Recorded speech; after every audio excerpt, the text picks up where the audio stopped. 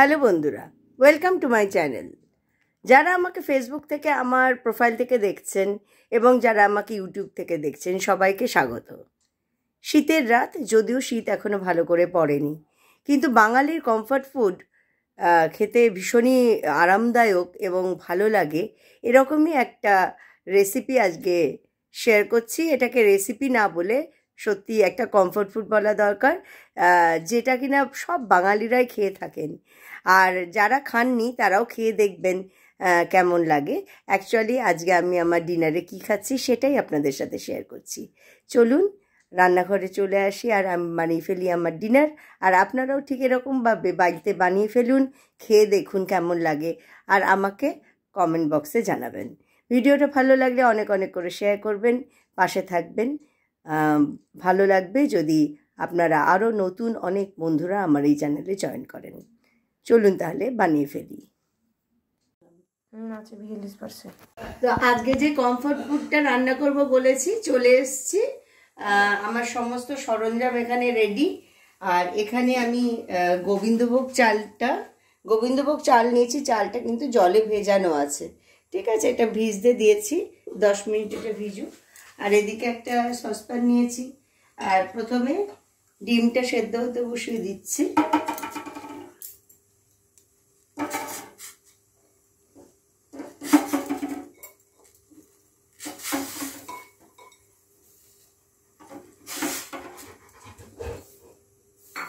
সবে শীত পড়ছে আর এই সময় কিন্তু এটা খেতে খুব সুন্দর লাগবে। এখানে প্রেসার কুকার নিয়েছি আর আলুগুলো ছাড়ানো রয়েছে, আলুগুলো দিয়ে দিচ্ছি।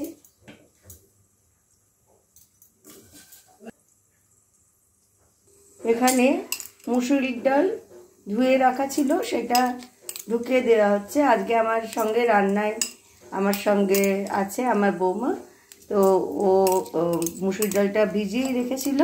তো মুসুরির ডালটা এই ডালের কৌটো পাওয়া যায় কিনতে, স্টিলের, যেটা করে খুব সুন্দর সেদ্ধ করা যায় ডাল, তো সেটা দিয়ে দেওয়া হচ্ছে। এদিকে আলুটা এর মধ্যে ফুটতে শুরু করেছে।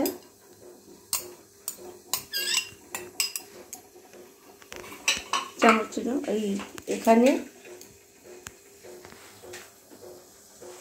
ডিমের মধ্যে সামান্য লবণ অ্যাড করে দিচ্ছি, তাহলে ডিমের খোসাগুলো কিন্তু ভালো করে উঠে যায়। আর এই কৌটোর মধ্যে ডালটা ভরা হয়ে গেছে। এবার এই জলটা দিয়ে দিচ্ছি।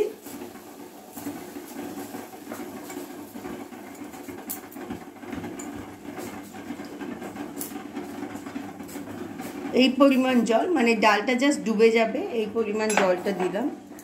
আর এরকম 1 স্কুপ সর্ষের তেল, 2 স্কুপ দিলাম, যাতে ভালো করে টেস্টটা ভালো হয় আর কি। আর এর সঙ্গে দিয়ে দিচ্ছি সল্ট, আর এর সঙ্গে 4টে কাঁচা লঙ্কা দিয়ে দিলাম। কাঁচা লঙ্কাগুলো ভেতরে রয়েছে, দিয়ে দিলাম। এরকম করে ভালো করে ঘুরিয়ে দেব যাতে সব ইনগ্রেডিয়েন্টসগুলো ভালো করে মিশে যায়। এবার ঢাকনাটা আটকে দেব। এই ডালের কৌটো কিন্তু যে কোনো স্টিলের বাসনপত্রের দোকানেই কিনতে পাওয়া যায়। এটা আবার দিয়ে দিলাম প্রেসার কুকারের মধ্যে। তো প্রেসার কুকারের লিডটা বন্ধ করে দিয়েছি। এদিকে ডিমটা সেদ্ধ হয়ে যাচ্ছে। ডিমটা সেদ্ধ হয়ে গেলে নামিয়ে নেব, আর একটু বাকি আছে। ডিমটা সেদ্ধ হয়ে গেছে, ডিমটা আমি নামিয়ে ফেললাম। ডিমটা রেখে দিচ্ছি, একটু পরে ছাড়াবো ডিমটা। আর এদিকে ভাতটা বসিয়ে দিয়েছি। ভাতটা 5 মিনিটের মধ্যেই ফুটতে শুরু করে দেবে।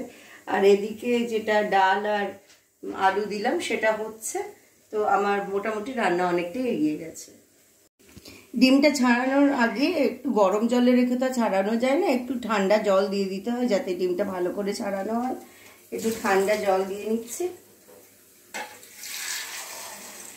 আর ডিমটা এরকমভাবে ভালো করে ঠুকে আগেও আমি একটা ডিম ভালো করে যাতে ছাড়ানো যায় তার ভিডিও করেছিলাম।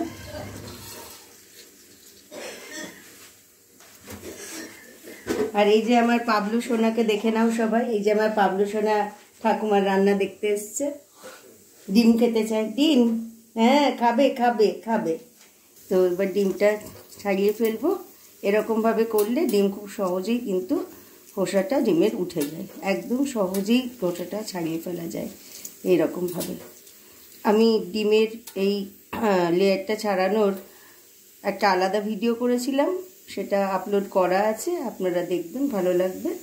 এইভাবে সহজেই ডিমের খোসা ছাড়ানো যায়।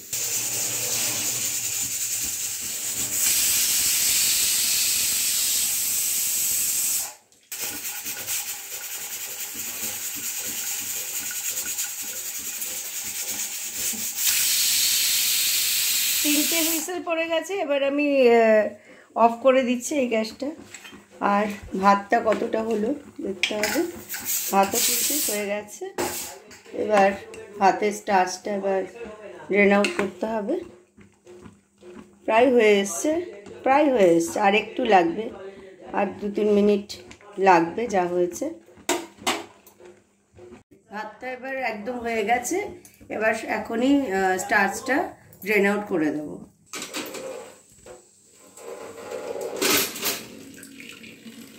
ভাতের স্টার্চটা এইভাবে, আমার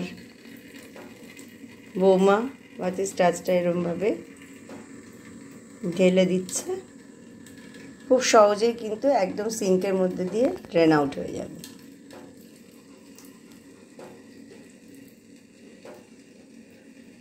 হ্যাঁ, এবার আলুটা তুলে ফেলা হচ্ছে। একদম গরম, ধোয়া উঠছে, সুন্দর লাগবে খেতে।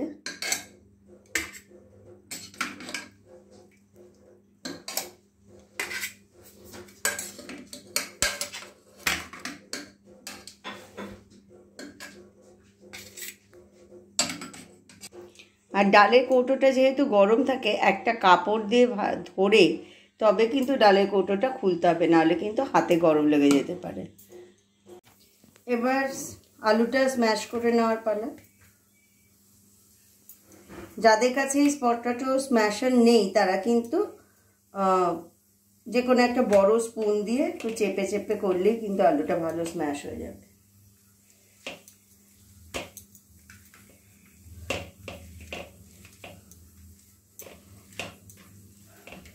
অনেক সময় আলুর মধ্যে এরকম একটা কালো অংশ পাওয়া যায়, সেটা বাদ দিয়ে দিতে হবে।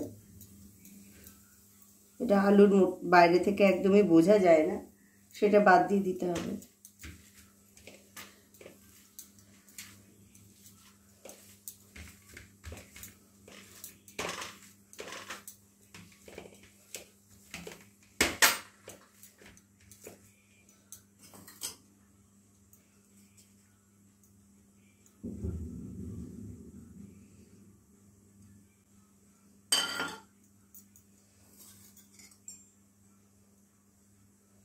একটু সর্ষের তেল ছড়িয়ে দিচ্ছি। অবশ্যই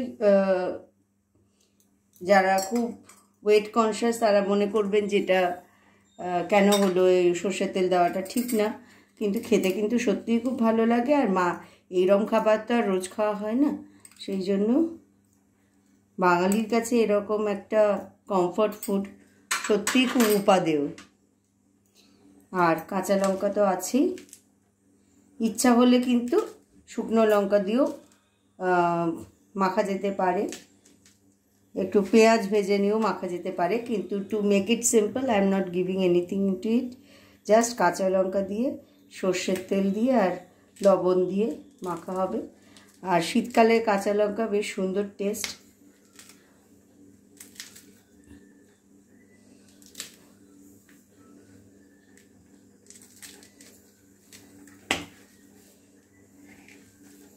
এবার সুন্দর করে এটা মেখে ফেলবো। আর এই ধরনের মাখামাখির কাজ যেখানে থাকবে রান্নার, অবশ্যই হাত ভালো করে ধুয়ে স্যানিটাইজ করে করতে হবে। সেটা আমরা সবাই করি, কিন্তু যারা নতুন রান্না ভিডিও দেখছেন তাদের জন্য বললাম।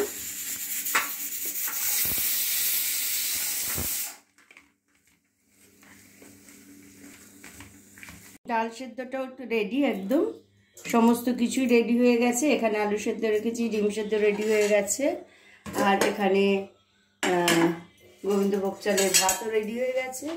সুন্দর গন্ধ বেরোচ্ছে। আর দেরি না করে আমি সার্ভ করে ফেলছি।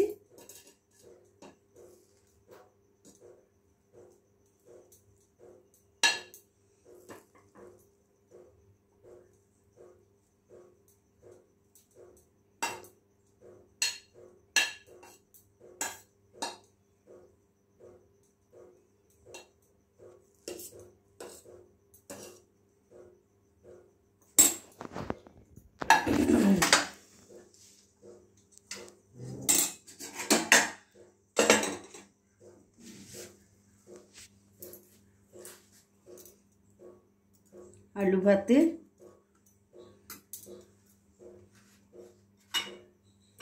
অবশ্যই 2টো ডিম সেদ্ধ থাকবে।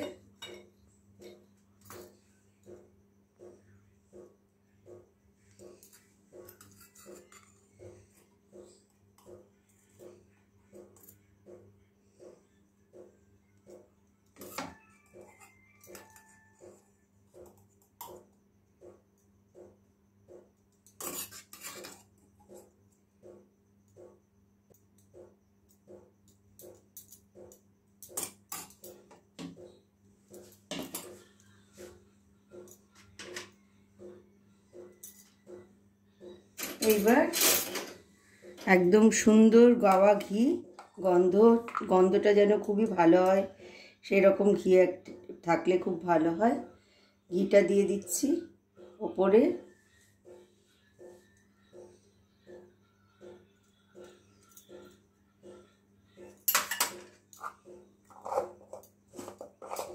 মাঝে মধ্যে ঘি খেতেই পারেন, ঘি কিন্তু প্রোটিন।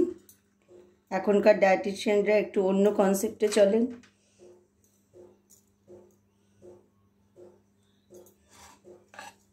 আমার Bengali comfort food ready. Gobindobhog চালের ভাত, মুসুর ডাল সেদ্ধ, ঘি, আলু সেদ্ধ আর ডিম সেদ্ধ। বাড়িতে এরকমভাবে রান্না করে খেয়ে দেখবেন, এই শীতের রাতে বা দুপুরে খুবই ভালো লাগবে। আবার ফিরে আসবো নতুন কোনো ভিডিও নিয়ে। ভিডিওটা ভালো লাগলে অনেক অনেক করে শেয়ার করে দেবেন। আর আবার দেখা হবে। Till then, take care and bye by.